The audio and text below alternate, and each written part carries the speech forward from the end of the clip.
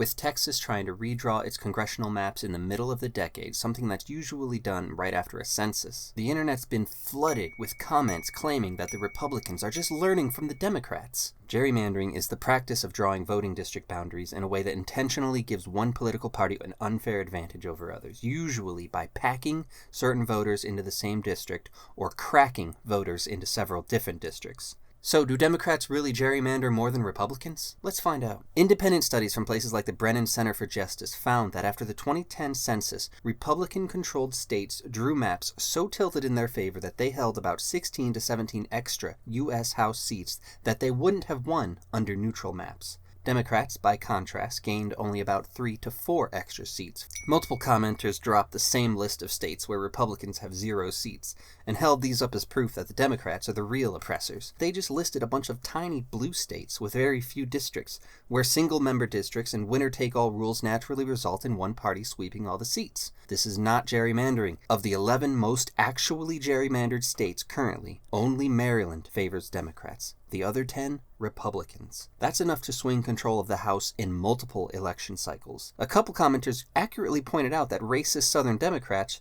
during the pre-civil rights era used the gerrymander to suppress Republican and black political power, and this is true.